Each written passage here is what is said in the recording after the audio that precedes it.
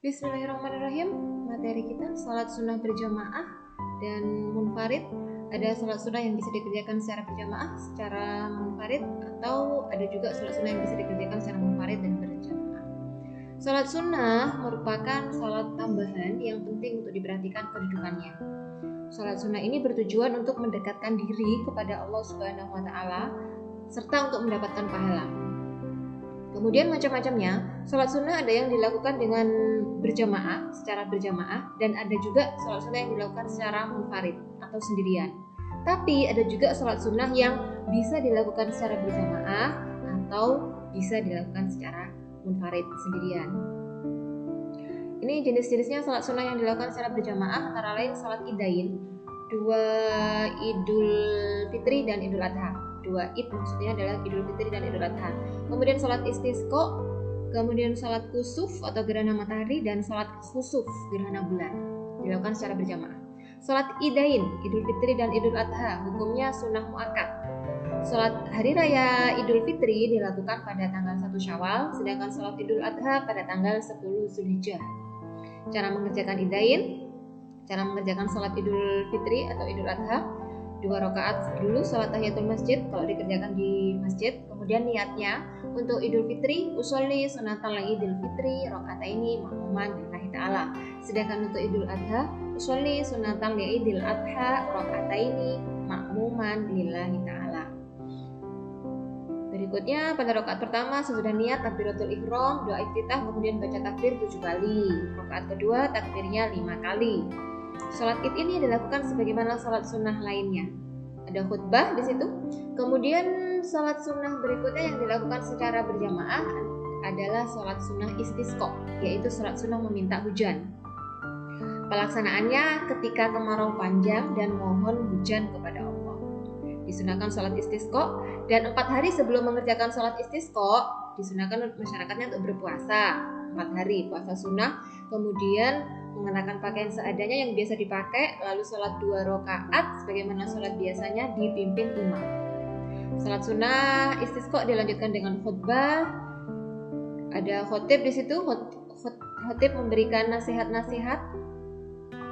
Dilanjutkan dengan pujian, syahadat, sholawat, dan nasihat dari khotib. Kemudian salat sunnah berikutnya yang dilakukan secara berjamaah salat gerhana. Ada 2 gerhana, gerhana matahari dan gerhana bulan. Salat gerhana bulan dinamakan salat khusuf, sedangkan salat gerhana matahari disilahkan dengan kusuf. Ini pelaksanaannya, caranya, salatnya 2 rakaat seperti salat sunnah biasanya. Kemudian salat gerhana ini 2 rakaat ya. Niatnya sekarang, kalau sholat sunnah kusuf atau gerhana matahari, niatnya usolli sunnatal kusufi rakaataini lillahi ta'ala. Sedangkan sholat gerhana bulan atau khusuf, niatnya usolli sunnatal khusufi rakaataini lillahi ta'ala. Sekarang sholat sunnah tarawih, sholat ini bisa dilakukan secara berjamaah, bisa juga secara munfarid. Pelaksanaannya di malam hari pada bulan Ramadan. Hukum melaksanakan sholat tarawih ini sunnah muakkad, sangat dianjurkan. Kemudian tata caranya, niat usolli sunata tarawihi rakaataini makmuman lillahi ta'ala kalau menjadi makmum. Caranya seperti sholat sunnah biasa. Kemudian sholat witir, hukumnya juga sunnah muakkad karena sholat ini sering dikerjakan atau selalu dikerjakan oleh Nabi Muhammad SAW. Waktunya sesudah mengerjakan sholat isya. Biasanya kalau bulan Ramadan, sholat witir ini dirangkai dengan sholat tarawih. Sedangkan bilangan rakaat sholat tarawih harus ganjil, boleh 1, 3, 5, 7, 9, atau 11 maksimal. Sholat tarawih ini caranya setelah sholat isya ya, pelaksanaannya diawali dengan niat. Ya, niatnya usolli sunnatal witri rakaataini makmuman lillahi ta'ala kalau menjadi makmum. 2 rakaat sholat witir, kemudian sholat sunnah munfarid sekarang. Sholat sunnah munfarid itu adalah sholat sunnah yang dilakukan secara sendirian. Yang masuk kategori sholat sunnah munfarid adalah sholat sunnah rawatib, sholat sunnah tahiyatul masjid, sholat sunnah istikharah, sholat sunnah tasbih. Sekarang sholat sunnah rawatib. Sholat rawatib ini mengiringi sholat fardu.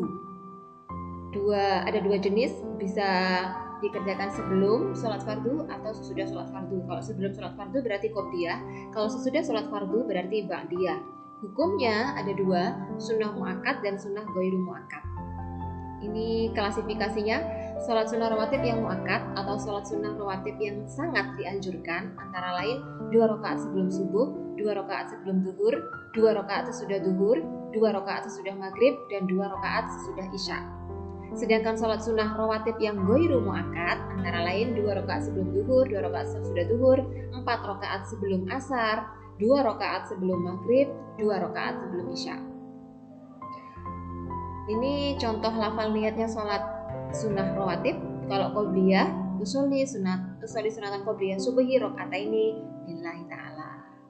Kalau ba'diyah tinggal mengganti saja, ba'diyah usolli sunatan ba'diyah duhri, usolli ba'diyah duhri rakaataini sunatan lillahi ta'ala. Kemudian salat duha. Salat duha ini pelaksanaannya bisa munfarid, bisa juga berjamaah. Jumlah rakaatnya minimal 2. Niatnya usolli sunata duha rakaataini lillahi ta'ala, dikerjakan seperti biasa. Setelah Al-Fatihah dianjurkan membaca surat Asy-Syams di rakaat pertama. Sedangkan di rakaat kedua setelah Al-Fatihah dianjurkan membaca surat Ad-Duha. Pelaksanaannya ketika matahari setinggi tombak sampai matahari tergelincir. Itu salat sunnah duha. Setelah salat sunnah duha ada doanya. Disunahkan membaca doa setelah sholat sunnah duha. Berikutnya sholat sunnah tahajud. Ini pengerjaannya juga bisa munfarid atau bisa juga berjamaah. Jumlah rakaatnya minimal 2 dan maksimal tidak terbatas. Niat sholat tahajud, usolli sunata tahajudi rakaataini lillahi ta'ala. Pelaksanaannya pada malam hari sebelum fajar. Sekarang hikmahnya melaksanakan sholat sunnah. 1. Tentunya sebagai sarana mendekatkan diri kepada Allah, sebagai penolong dalam segala urusan penting. Kemudian menambal kekurangan yang mungkin terdapat pada sholat fardu, dan dihapuskan dosa serta ditinggikan derajat kita. Implementasi dari pemahaman sholat sunnah berjamaah dan munfarid. Sholat sunnah berjamaah hikmahnya antara lain memunculkan sikap kebersamaan dan peduli sosial, memunculkan sikap demokratis, dan memunculkan sikap disiplin. Ya, itu tadi materi tentang sholat sunnah munfarid, sholat sunnah berjamaah, sholat sunnah yang bisa dikerjakan secara munfarid atau berjamaah.